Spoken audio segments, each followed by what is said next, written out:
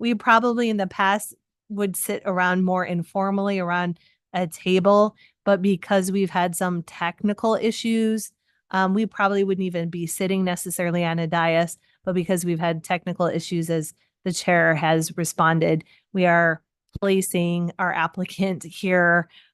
So he has access to a microphone. And since it is being videotaped and will be on YouTube, we want to make sure any questions can be clearly heard. So I just want to make sure the public knows that we're not generally like this. We wouldn't be inviting our applicants to the dais, but we also want to show transparency and make sure that people can hear what the applicant is saying. So thank you for letting me interrupt and explain that. Again. Thanks. And if I may add to Megan, thank you for that, because, you know, this is, again, transparency. We want our public to know what goes on with, you know, our subcommittees and of course the importance of housing. So thank you for, you know, stressing and sharing. Thank you for being here. Right. Okay, Ariana, sorry about that. No worries. Thank you for the notice there. Good afternoon, ad hoc committee members. I'll be presenting a brief presentation and about the project that will be coming forward as well to the City Council on October 1st. We wanted to present this to the ad hoc committee to see if there's any questions or any clarifying points before we take it to the City Council for action. The action that will be taken on October 1st is the first introduction and reading of the ordinance. And I'll explain why it's going through the ordinance process, but it just for understanding purposes, that's the first hearing. The second hearing will happen at a later time to have final adoption.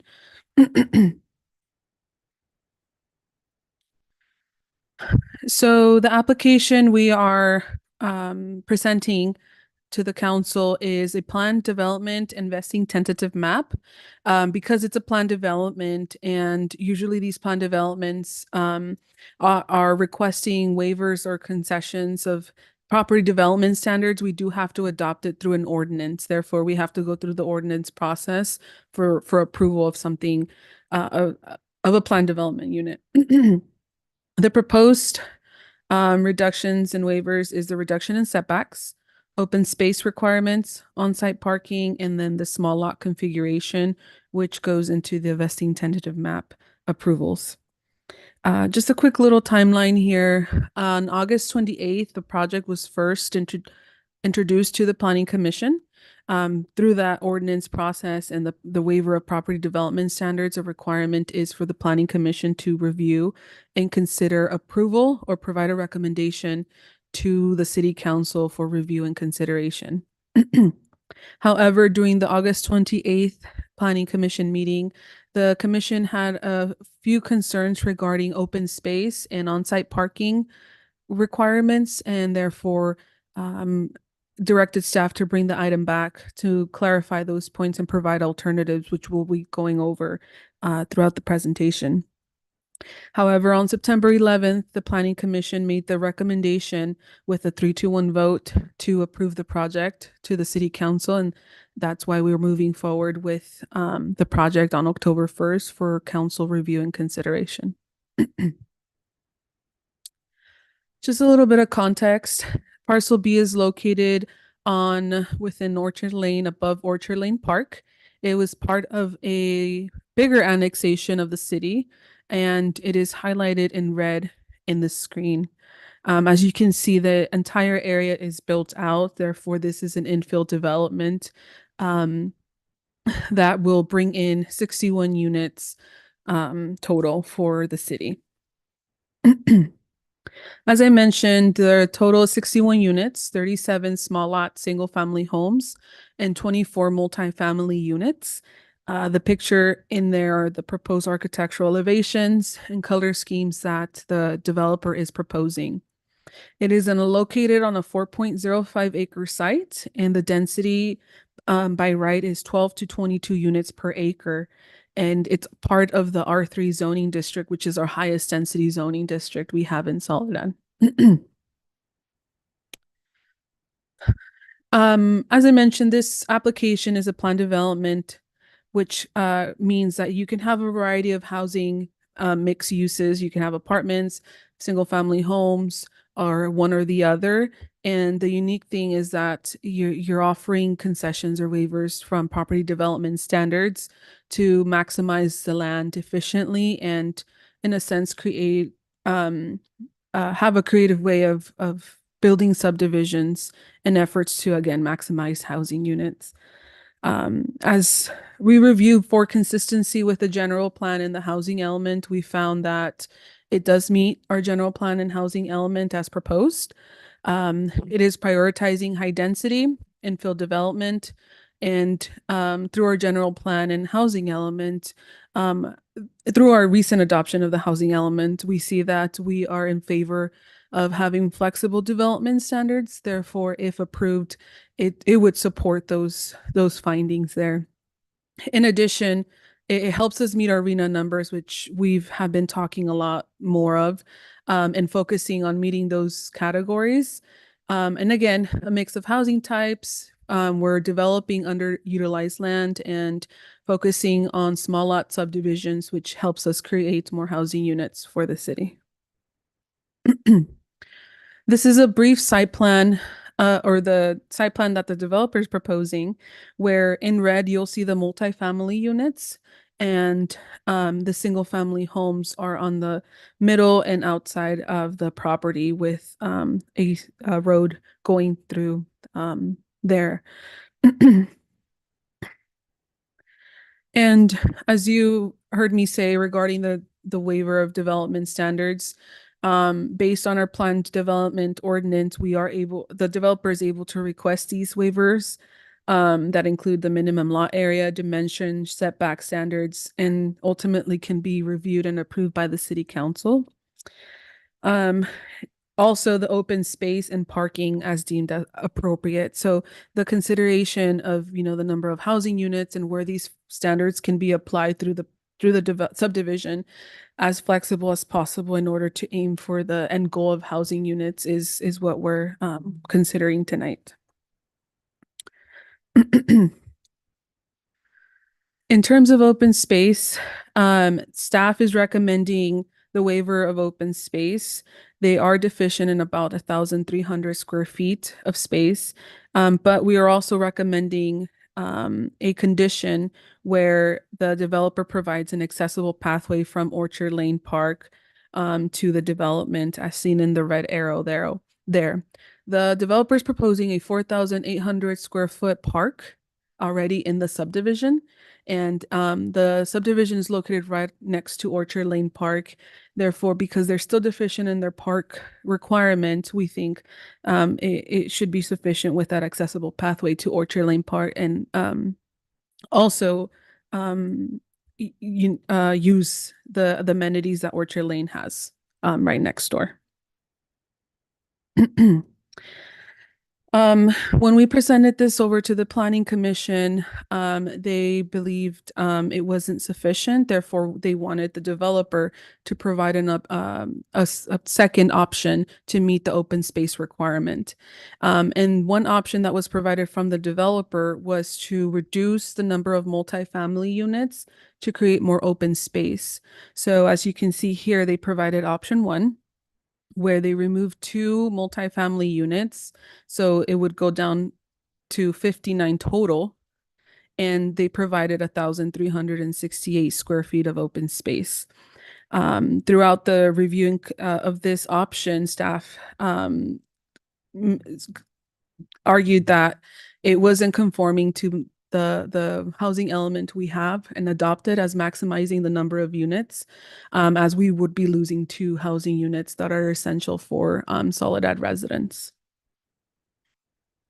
This is another comparison. Again, the top is the one that has the full proposal of 61 units, and the bottom is the one that has the reduction of those 2 units with the open space. During the second hearing with the Planning Commission, staff still recommended the original proposal that includes the 61 units, and unfortunately didn't include the meeting the requirement of open space, but due to, again, having Orchard Lane Park next to the property and providing an accessible path from the new subdivision to Orchard Lane Park, staff provided that recommendation to move forward with the original proposal. The other concern was parking and circulation throughout. So just as a requirement through our technical analysis that staff does, we require the developer to provide an emergency vehicle map where the largest truck we have, which is the new ladder truck, is able to go through the property without any concerns or issues. And we do have the map.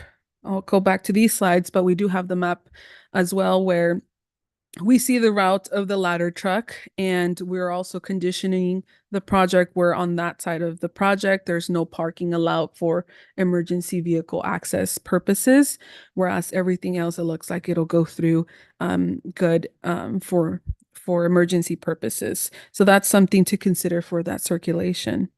In terms of parking, the developer is overall meeting the parking requirements. However, in the multifamily parking count, they are short about 28 spaces. That's on site, meaning on the property.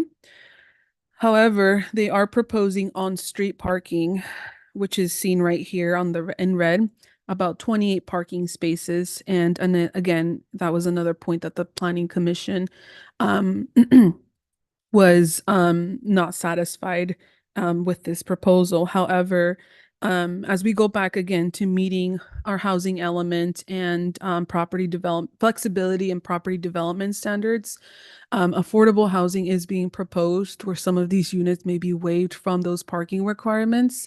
In addition, we also have programs and policies that we're looking into through our housing element that will reduce those parking requirements in an effort to not stop housing development to move forward as a way to, again, streamline housing and contribute towards the housing crisis that we have going on in the state.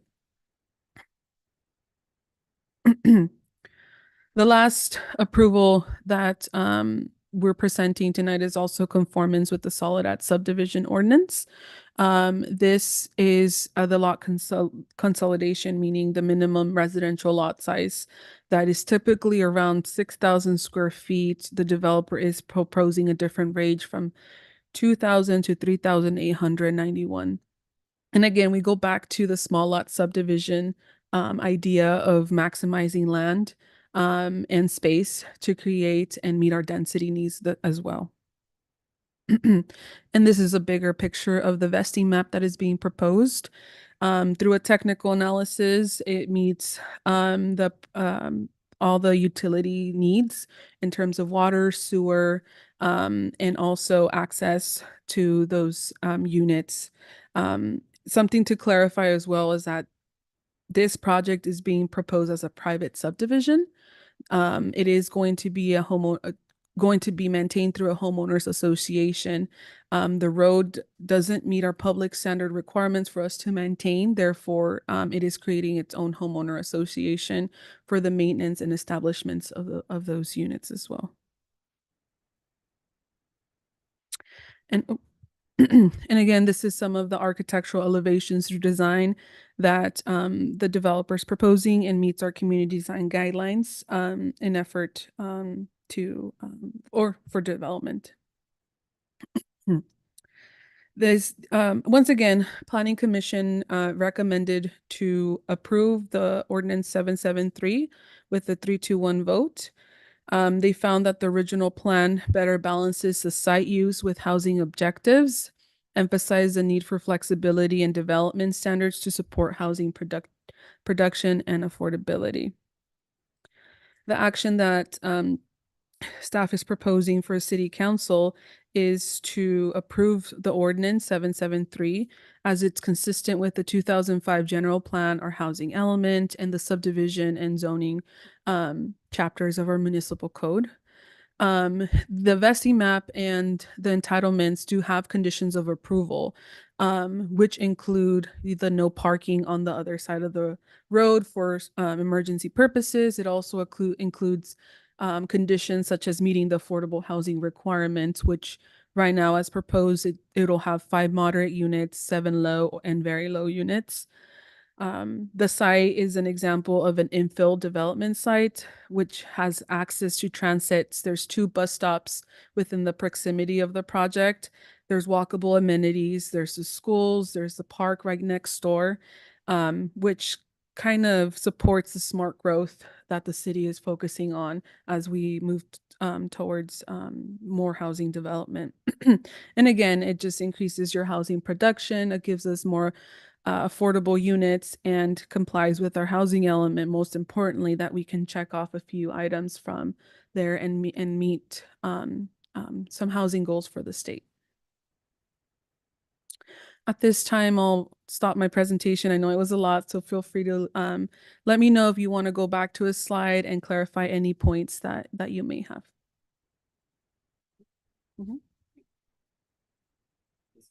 Yes, can we go back to the slides where just the structures, the map, no, not the map, just those right there. Oh, okay. So those are potential models, site details. I don't know, I'm just kind of thinking out loud. I was wanting 3 floor high densities, because I mean, we're meeting our high density, right? Can we just up the game and do 1 more, you know, high density, or I don't know. I'm just talking out loud. You know. So that's the proposal that came in to staff. We do have the developer here to see what he thinks of that option, but because we've gone through the process with the planning commission, and the application was submitted this way, we are processing the way it was applied for, but I can have the developer weigh in if he likes to. Through the chair, I just wanted to mention too, this project has been in the works for a long, long time. And so technically right now, the city doesn't allow more height. The reason why we went to 3 stories with Eden project is 100% affordable, so they took advantage of the density bonus. But we are working on that. Now that we have our ladder truck, we would change it, but he's limited because of the height limitations at the time. Okay. Well, I like it. I mean, sorry, go ahead. Okay. Yeah. I don't want to muddy this presentation too much, but just looking forward, you know, one thought I've had is that, you know, we could potentially, you know, talk to the city about, you know, ultimately transferring the apartment complex over to the city in some sort of exchange, and then you take it over. You know, maybe it goes out to bid, whether it's Eden or somebody else, and then you can have that discussion. Can we convert this all into, you know, low income housing? Yeah, and then it would kind of fit the same mold as Parcel E. That's just one idea, but as Megan said, this has been in the works for a while, and this is where we are. So, can we go back to the other slide, the map, where it showed the anonymity of connecting to the Orchard Lane? Oh yeah.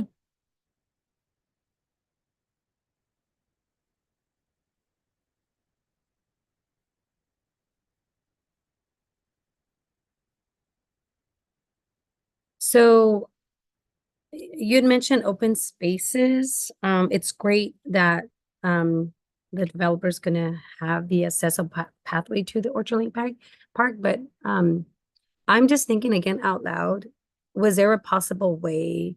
Because I know you have to meet some certain space length in regards to, oh my gosh, I just had lots, wait, I just wrote it down. Let's see.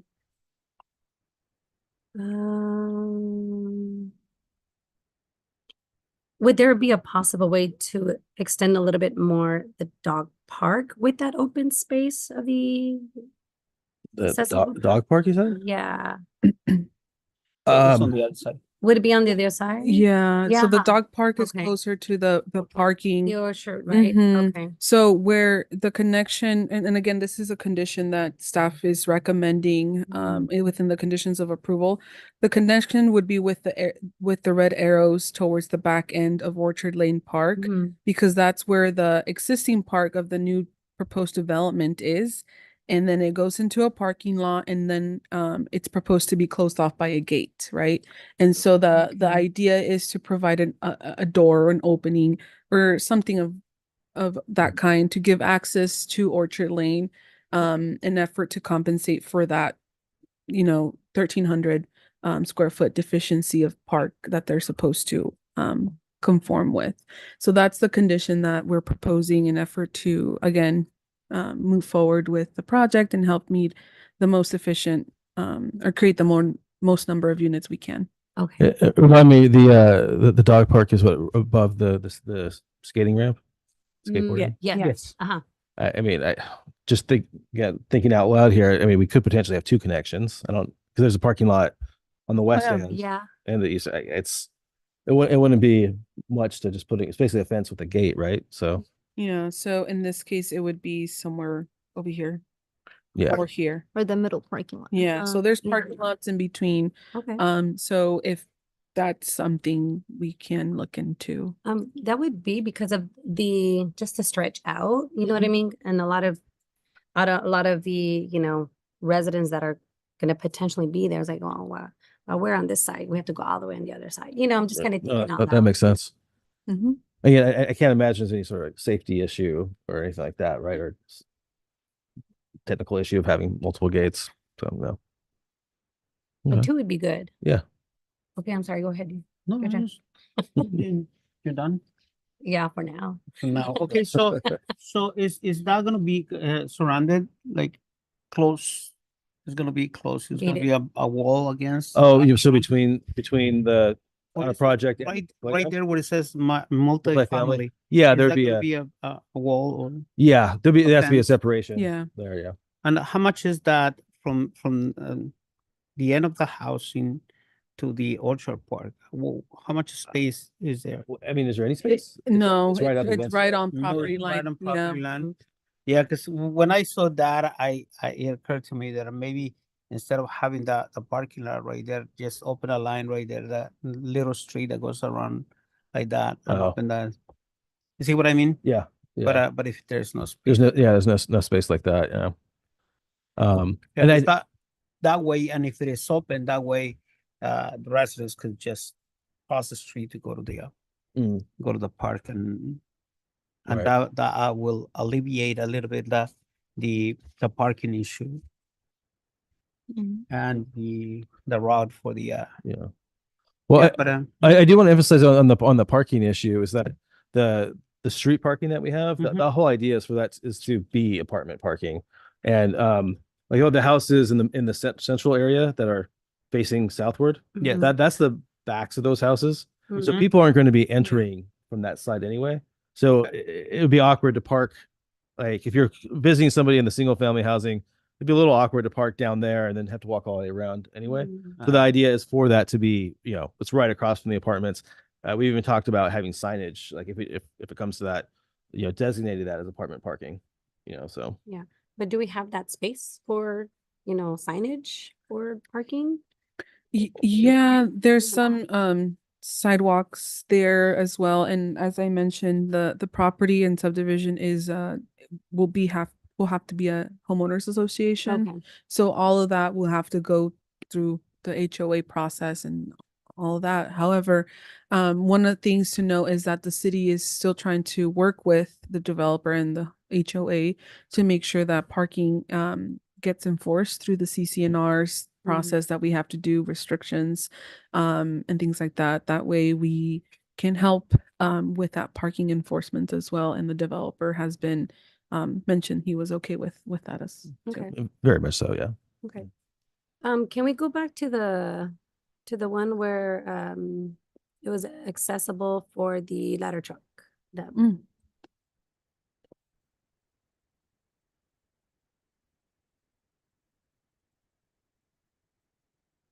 I mean, in the end, guys, I mean, already know that, I mean, I'm sure the plan commission mentioned like just the tightness of parking, you know what I mean? That's Mhm. just a concern everywhere. And of course you have San Vicente School, right there, right across the street, you know, during the busy mornings and of course after school. I mean, we have revving, you know, at Orchard Lane Park. So we have to kind of just educate our community again, just to leave extra early to work, you know. Um, For what? just parking itself, you know, and leaving and just traffic, bottom line.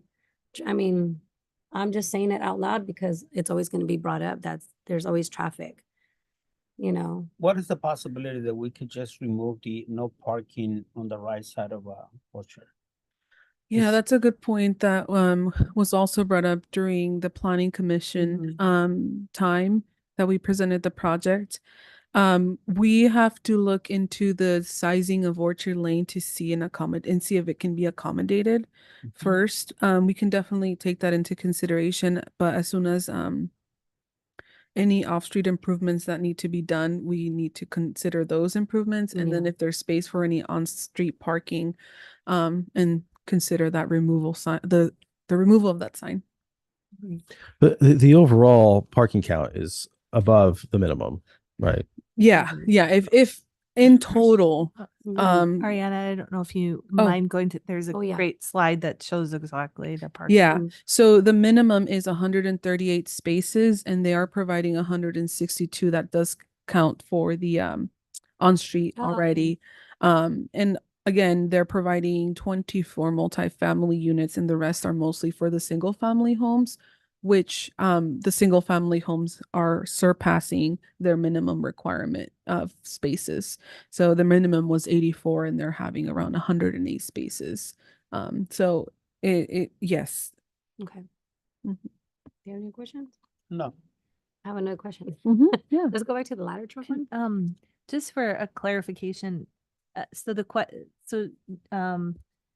Mayor Pro Tem, you were suggesting that on Orchard Lane Road itself, that the city need reevaluate the no parking The no signs? parking side. Okay, yeah, many people have brought that to our attention, so I we think can put that on our, the only place that I see that fit that is perfect is on the Jack Francione next with- on Jack Francione side. Mm-hmm. Because there's a lot of people that right now they go crazy, they go inside the parking lot any without Yeah. thinking about it. So if we can maintain that no parking zone in that area, that would be perfect. yeah. But it will open up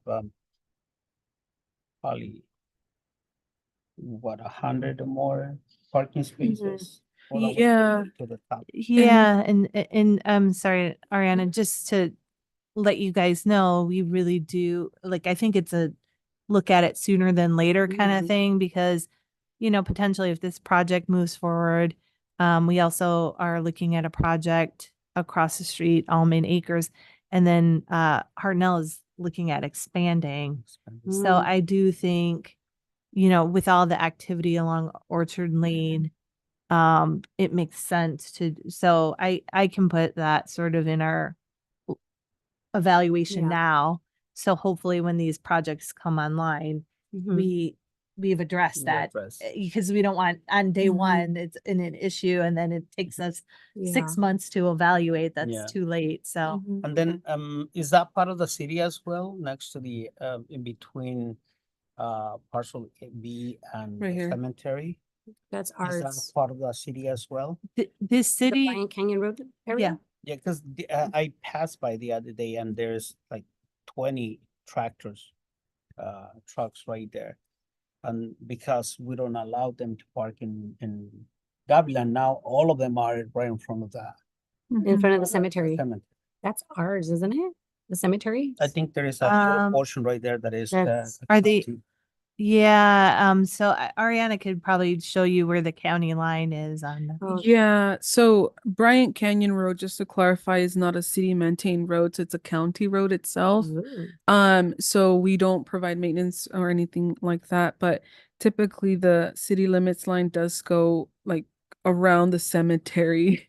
and then up through the winery. Mhm. So it's a little complicated through that. That land may be ours. I think it's a channel, where it might be the Mhm. county, that is the owner of that. So, when it comes to enforcement, my understanding is that anything on the other side of Bryan Canyon Road to the cemetery, we could somewhat enforce, but in between Hartnell and Bryan Canyon Road, it becomes a little questionable It's because like it a could be, little- yeah, and it's, I Creek think, the right there. jurisdiction of the county that would, Mhm. yeah. So quick question. I'm sorry, we're getting off topic, real guys. Okay, quick, because you have it right there. Those little two trails on top, Mm-hmm. right there between that and the Bryan Canyon, This, that's Okay. Soledad. mm-hmm. Yes.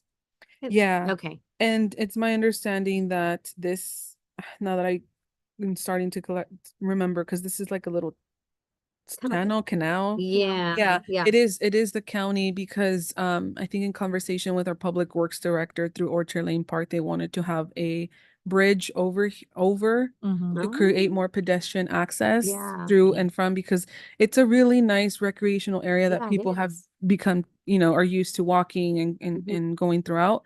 And ultimately the county said no, because it then kind of gives access to Bryan Canyon Road, which they're trying to limit. But that's where all the garbage is. Yeah. That little place. That's Mhm. what. Yeah.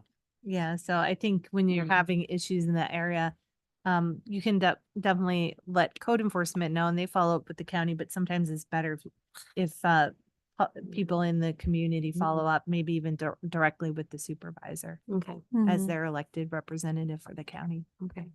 So, question on the ladder truck, Mhm. route.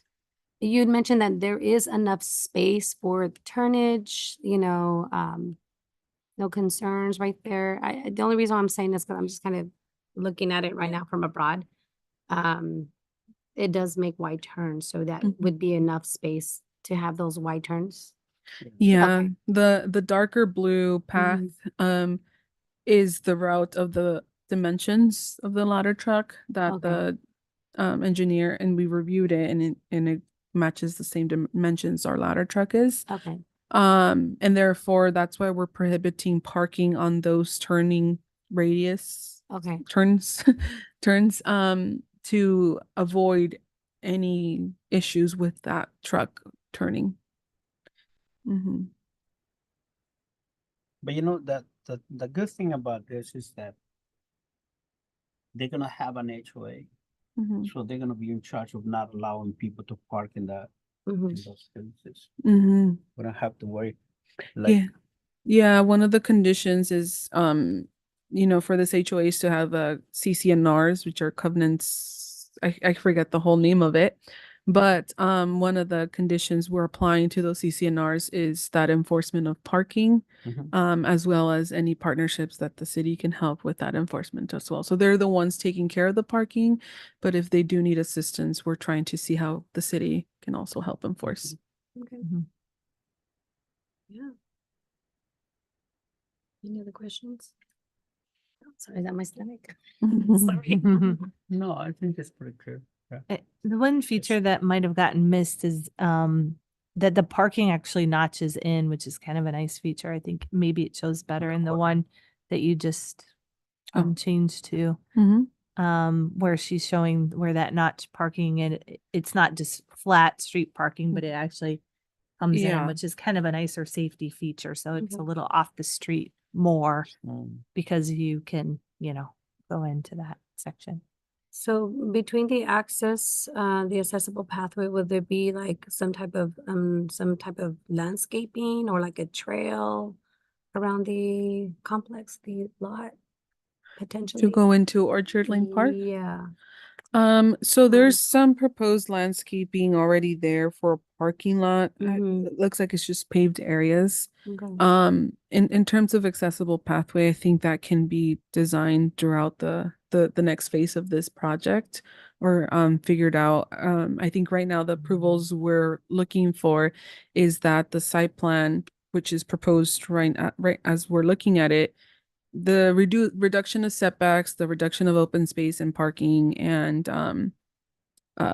the rest of the property development standards are approved so Mhm. that we move to the next phase, which is now working on the details of designing and finalizing the approvals for the project. And is that a building right in the middle, the parts in the middle, Mhm. is that parking space as well? The Oh, I mean, The units between it's the, the units, right in the driveways. middle, right here. what is that right here? Oh, sorry. the cursor's right there I on don't that see side. that. She's moving it up. Oops, sorry. Where's your cursor at, Adriana? Okay, there. Oh, Right there? Is that what you're talking about? Yes, Yes. that part across. Mm-hmm. So Is that- that is the entrance for the housing units, and they're going to be one of the recommendations the planning commission suggested was to also avoid the parking on that for access purposes. Okay. So the housing units have their own garages. The triangles on top are the garage space, if I'm not mistaken.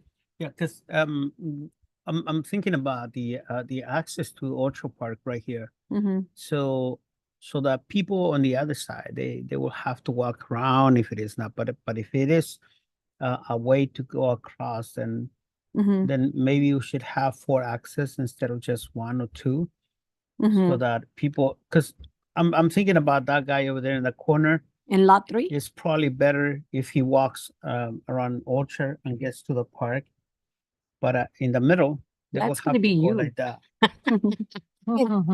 Cut through the, it's like, no, they make you walk. Dude. Yeah, You're that's taking your why step. I'm trying to cut No, what- corners and make sure that I don't walk that much to a park. where I One can one of see the and things be that Oh my comfortable. gosh. one of the things I think we were prioritizing access for the multifamily because they have less open space within their property. So the larger lots, they have their own backyard. If they have a pet, their pet can probably go to the backyard. So that's why we were prioritizing access mainly for the multifamily that have less open space. Okay. Makes sense. Also, if I understand what you're saying, if you're in those middle houses, you're saying like you're looking for like a straight shot to the park? Yeah, it's- So the houses, the middle houses on the southern side, they're gonna have fences. yeah, so Anyway. it's not. So gonna you're be, probably gonna be walking around anyway. Still, yeah. And so then coming back to a gate in the middle, it's gonna be, it could end up being a longer walk and probably won't be that used that much. Oh, I think. see. Yeah, those are the details that I don't Yeah. see right. Yeah. No, But, and you could have gates in your back fence, but Mhm. So where was the first proposal? For us? It's on page 2. Page 2, right? So Sure. this was the original proposal for Okay. approval, which is 61. approving it for 61 units Mhm. with the proposed open space waivers and small lots, reduction in setbacks, and yeah, those are the main ones that the developer's requesting waivers from. Other than that, everything else is met. The building heights and space between building is also met. The waivers are met too, you said? Sorry? The waivers are met. Yes. Okay. Mhm. So yeah, the reduction in setbacks, open space requirements, on-site parking, and small lot configuration. Because when we do new projects, investing maps, typically, again, they have to conform to like either between 5,000 or 6,000 square feet Mhm. lots. In this case, we're doing smaller lots again to meet the densities and create more and use land more efficiently. Okay. Do you have anything else? And, through the chair, I was going to mention too that small lot subdivisions are generally more affordable because the land costs in California are so high. So it's sometimes considered affordable by design, Mhm. and that's why actually we get points or credit from we're trying to get a pro housing designation, and by actually doing these small lot subdivisions, they consider that pro housing Mhm. because again, they tend to be more affordable, more entry level houses or Okay. for moderate income folks. Mhm. And they're not gonna be low income, they're gonna be, So there'll be 12 affordable units, 5 moderate and 7 low and very low units. And after the approvals, I think the next step for the developer is, to finalize an affordable housing agreement and then finalize the final map process as well, so that all the entitlements and approvals are reviewed and approved through the city council And the affordable housing plan will come back to you at a Mhm. later date. to review the final Great. items. I think that one unit, the space for one unit will not make that much of an impact in general, but it could make an impact in one family. So I will go definitely for number one, approve the original 61 unit proposal as recommended. no second. So, I mean, moving forward, I mean, this is a good investment. This is good for our community and, we're bringing housing. Yes, there's gonna be traffic, but we'll have to deal with it because everywhere we go, we have traffic. So you just have to stay positive, and that's just me thinking out loud. Do we need a vote? Or Do we need just- a vote or? just Yeah, a you're, motion? I think it's, I hear that what you are recommending is you're recommending city council approval. Mhm. Um, which Mhm. is perfect. That's, you guys weigh in and provide a recommendation, but it'll, obviously the action would be taken. Good session. Yeah. And I just want to say thank you, Nate, for Yeah. for the support and all just the technicality that goes in. And ladies, thank you so much. Appreciate it. And the planning commission as well. Mhm. Double done. Yeah. So we don't say it again. So we say it again? Anyway, yes. So, Okay, and anything else that we, anything else? do you want to comment or? Well, I just and just to sort of reciprocate, I appreciate your support and encouragement, and that we were able to, for the most part, see kind of align on what we're trying to meet the city's housing needs, and it doesn't do us any good to try to force feed you something else, right? We're trying to meet what is the city's goals are, and I appreciate this process. Okay, Yeah, thank you so much for everything. Thank um, you. absolutely. Yes. I know we'll be having more developments with you, so. Yeah, Thank absolutely. you. Anything else before we adjourn? No? So let's adjourn this meeting